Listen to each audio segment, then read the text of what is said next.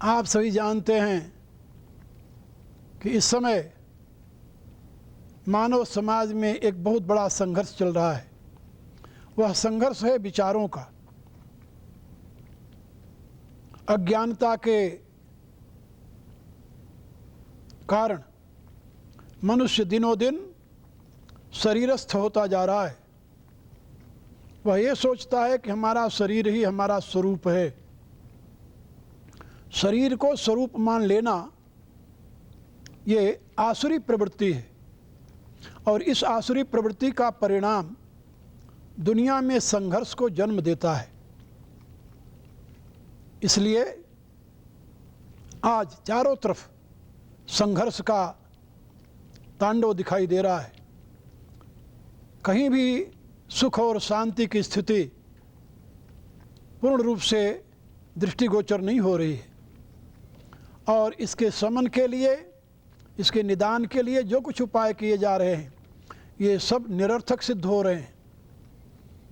क्योंकि जब तक व्यक्ति की शरीर में आसक्ति होगी, इंद्रियों में आसक्ति होगी, तब तक वह कभी भी अपने से भिन्न के लिए सुख और शांति का साधक नहीं बन पाएगा। ये तो आप लोग भली भांति जानते हैं कि शरीरस्थ व्यक्ति अपने सुख की तलाश में भटकता रहता है। यहाँ तक कि वो अपने परिवार की भी चिंता नहीं करता। तुलसीदास जी ने तो उसे जीते जी मृत घोषित किया है।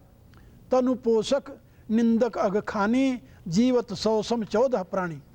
का जो तनु पोषक है वह सही में जीते जी मृत के समान है। तो शरीरस्थ प्राणी मनुष्य जो है विशेष करके वह जीते जी मृत्यु के समान है। लेकिन वर्तमान में ये शरीरस्थ व्यक्तियों की वृद्धि होती चली जा रही है। जो शरीरस्थ व्यक्ति होता है वो अपने सुख के साधनों को संग्रहित करता है। ये भी आप लोग भली भांति जानते हैं। जब सुख के साधनों को संग्रहित करेगा तो स्वभावतः दूसरे के अधिकारों का अपहरण करेगा वो। क्योंकि बिना दूसरे के अधिकार का अपहरण किए कभी भी वो विपुल मात्रा में इन सुख साधनों को एकत्रित नहीं कर सकता। ये भी सत्य है। और जब इस प्रकार की प्रवृत्ति बढ़ जाती है तो उसको कहते हैं हमारे यहाँ पूंजीवाद। पहले व्यक्तिवाद और उसका परिणाम होता है पूंजीवाद। अब पश्चिम में व्यक्तिवाद के विरोध में समाजवाद को जन्म दिया और पूंजीवाद के विरोध में साम्यवाद को जन्म दिया।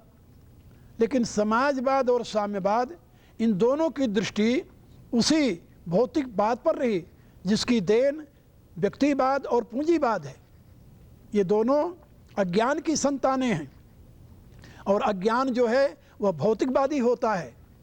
यानी भौतिकवादी होने का अभिप्राय है कि वो यही समझता है कि प्रकृति ही सब कुछ है, प्रकृति का परिणाम ही सब कुछ है, आत्मा नाम की कोई चीज़ नहीं है, परमात्मा नाम की कोई चीज़ नहीं है। तो जो आत्मा व परमात्मा में विश्वास नहीं करते, केवल भौतिक पदार्थों के संयोग से ही जीवन की अभिव्यक्ति हुई ऐसा मानते हैं, उसको भौतिकवादी कहा जाता है। और यही भौतिकवाद व्यक्तिवाद का आधार है, यही भौतिकवाद पूंजीवाद का आधार है।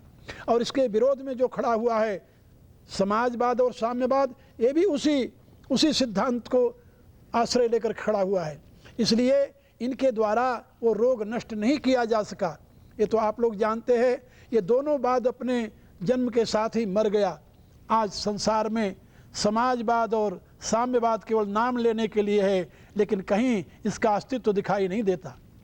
अब आप समझिए कि आखिर इस संकटापन्न स्थिति से मानव कैसे बचेगा, मानवता का उद्धार कैसे होगा, मानव की उन्नति कैसे होगी, सभी मानवों में समान जीने की भावना सार्थक कैसे होगी, समान सुख की भावना सार्थक कैसे होगी। केवल इसके लिए एक ही मार्ग है और वो है अध्यात्मवाद का। अध्यात्मवाद आपको ये सिखाता है कि आपका ये जीवन जो है केवल शरीर तक सीमित नहीं है और इसी लाइफ तक सीमित नहीं है। आपका आगे भी जीवन है। आप इससे पहले भी थे, इसके बाद में भी रहेंगे। यदि आज धन संग्रह करके भोग में आसक्त हो करके अपने को सुखी बनाना चाहते हैं तो परिणाम आपका दुखद होगा। क्योंकि जो व्यक्ति शरीर में आसक्त होता है वह मृत्यु के पश्चात निम्न योनियों में जाता है, पशु पक्षी आदि योनियों में जाता है। गीता के 16वें अध्याय में भगवान ने कहा कि आसुरी योनि मापन्ना मूढ़ा जन्मनि जन्मनि, वह मूर्ख जन्म जन्मांतर में आसुरी योनि माने प्रकाशहीन योनियों में जाता है, पशु पक्षी योनियों में जाता है, उसे पुनः मनुष्य शरीर नहीं मिलता। इसलिए अध्यात्मवाद की शरण लेकर के ही मनुष्य उन्नति के पथ पर आगे बढ़ सकता है। और यह अध्यात्मवाद किसी विश्वास पर प्रतिष्ठित नहीं है, यह अध्यात्मवाद पूर्ण विज्ञान पर प्रतिष्ठित है। और वह ज्ञान विज्ञान जो गीता में भगवान ने कहा है, ज्ञानम ते हम सविज्ञानम विदम वक्ष्यामि शेषतः यज्ञात्वा नेह भूयोन्युगातव्यमो शिष्यते। मैं तुम्हें ज्ञान और विज्ञान की सीख देता हूँ, जिस ज्ञान विज्ञान को जान लेने के पश्चात, प्राप्त कर लेने के पश्चात और दुनिया में कुछ जानना शेष नहीं रह जाएगा। मेरे कहने का अभिप्राय उस ज्ञान और विज्ञान पर प्रतिष्ठित ये अध्यात्मवाद है।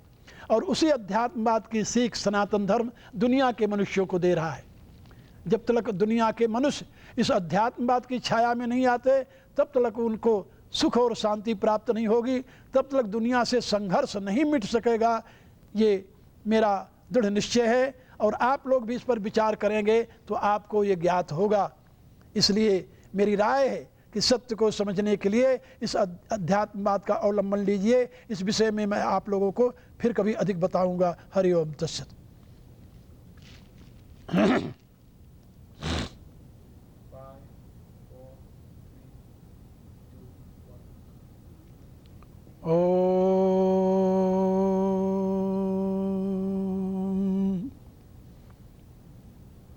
ओम भूर्भुवस्वः तत्सवितुर्वरेण्यं भर्गो देवस्य धीमहि धियो यो नः प्रचोदयात्। ओम शांति शांति शांति। ओम। मेरी प्रिय आत्माओं, आप लोग भली भांति जानते हैं कि भौतिकवाद से ये सारा मानव समाज पीड़ित है। भौतिकवाद ने उन्नति बहुत की, इस दुनिया को एक परिवार रूप में परिणित कर दिया। दुनिया की दूरियां कम हो गईं। जैसे कि कोई व्यक्ति चाहे तो कुछ घंटों में ही इस पृथ्वी के एक छोर से चलकर दूसरी छोर तक पहुंच सकता है। उसका परिणाम ये हुआ कि अनेक संस्कृतियां, अनेक सभ्यताएं, अनेक विश्वास एक दूसरे के बहुत निकट आ गए। लेकिन इस स्थिति में शांति भंग हो गई, संघर्ष बढ़ गया। भोग की सामग्री के साथ साथ कामनाएं बढ़ती चली गईं। ये कामनाएं सुरसा के पेट मुंह की तरह, जितना इनको पूर्ण करने का प्रयत्न करो उतना और बढ़ती चली जाती हैं। इनका कहीं अंत दिखाई नहीं दे रहा है। और ये सब कुछ भौतिकवाद की देन है। उसमें बुराइयां नहीं हैं, सारी अच्छाइयां भी हैं।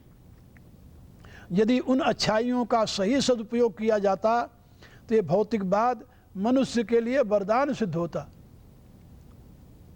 लेकिन सही उपयोग कब होता जानते हो? प्रकृति का प्रयोग यदि पुरुष के प्रधानता में हो तब तो प्रकृति पुरुष के लिए सुखद होती है। और प्रकृति का प्रयोग यदि प्रकृति की प्रधानता में हो तो प्रकृति पुरुष के लिए दुखद हो जाती है। यानी धन संपत्ति वैभव जो कुछ है, यदि आप उसे या उसके ऊपर अपना प्रयोगाधिकार समझते हैं और लोक कल्याण के लिए उसका प्रयोग करते हैं, तब तो वह पदार्थ वैभव जो है वह दुनिया के लिए वरदान सिद्ध होगा। और यदि इन पदार्थों को आप संग्रह करके उसका आप स्वामी बन करके उसके ऊपर सर्प की तरह यानी बैठ जाते हैं तो वह पदार्थ दुनिया के लिए दुखद होता है। इसलिए मैं आप लोगों को बता रहा था कि ये भौतिकवाद यदि अध्यात्मवाद के प्रकाश में विकसित होता तो इसका परिणाम कुछ और होता। लेकिन दुर्भाग्य ये है कि जहाँ अध्यात्मवाद का प्रभुत्व था वहाँ से भौतिकवाद का विकास नहीं हुआ। भौतिकवाद का विकास वहाँ से हुआ जहाँ अध्यात्मवाद को कोई जानता ही नहीं था। यहाँ कई शताब्दियों पूर्व अध्यात्मवाद समाप्त हो चुका था। पहले यहाँ भी अध्यात्मवाद था, पश्चिम में भी, यूरोप में भी अध्यात्मवाद था, लेकिन जब क्रिश्चियनिटी का प्रवाह आया तो अध्यात्मवाद समाप्त हो गया। फिर अंधविश्वास का बोलबाला प्रारंभ हो गया और अंधविश्वास से अलग होकर के वैज्ञानिकों ने बुद्धिवाद के द्वारा इस भौतिकवाद की उन्नति की। लेकिन परिणाम जो कुछ हो रहा है आप लोग देख रहे हो। इसलिए मैं आप लोगों से बता रहा था कि अध्यात्मवाद के प्रकाश में भौतिकवाद का प्रयोग, यानी भौतिक विकास का प्रयोग मनुष्य के लिए वरदान सिद्ध होगा। जब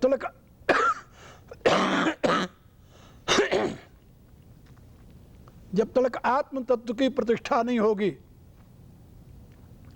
तब तक शरीर में आसक्ति बनी रहेगी, और जब तक शरीर में आसक्ति बनी रहेगी तब तक भोग की कामना भी बनी रहेगी।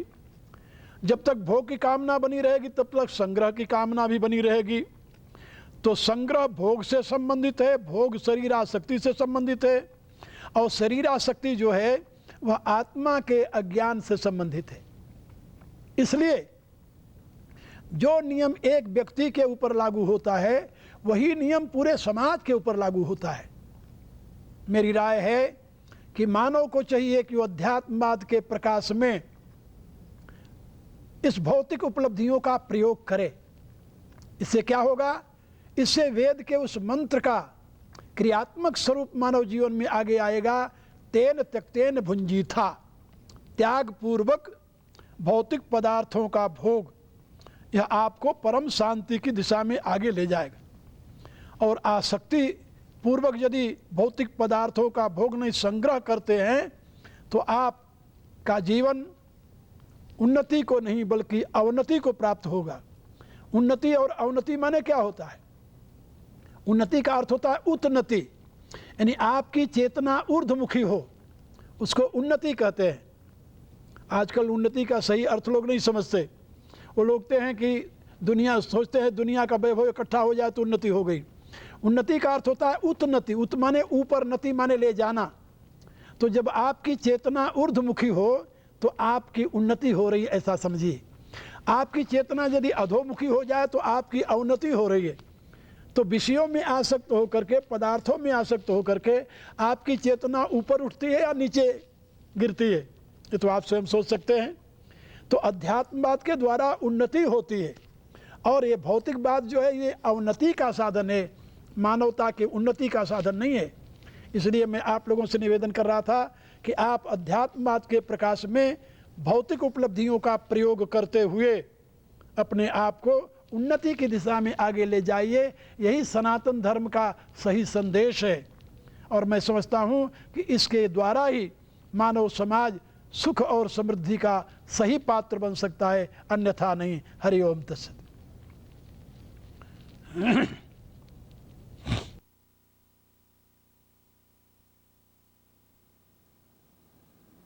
अब और तुम्हें करना है।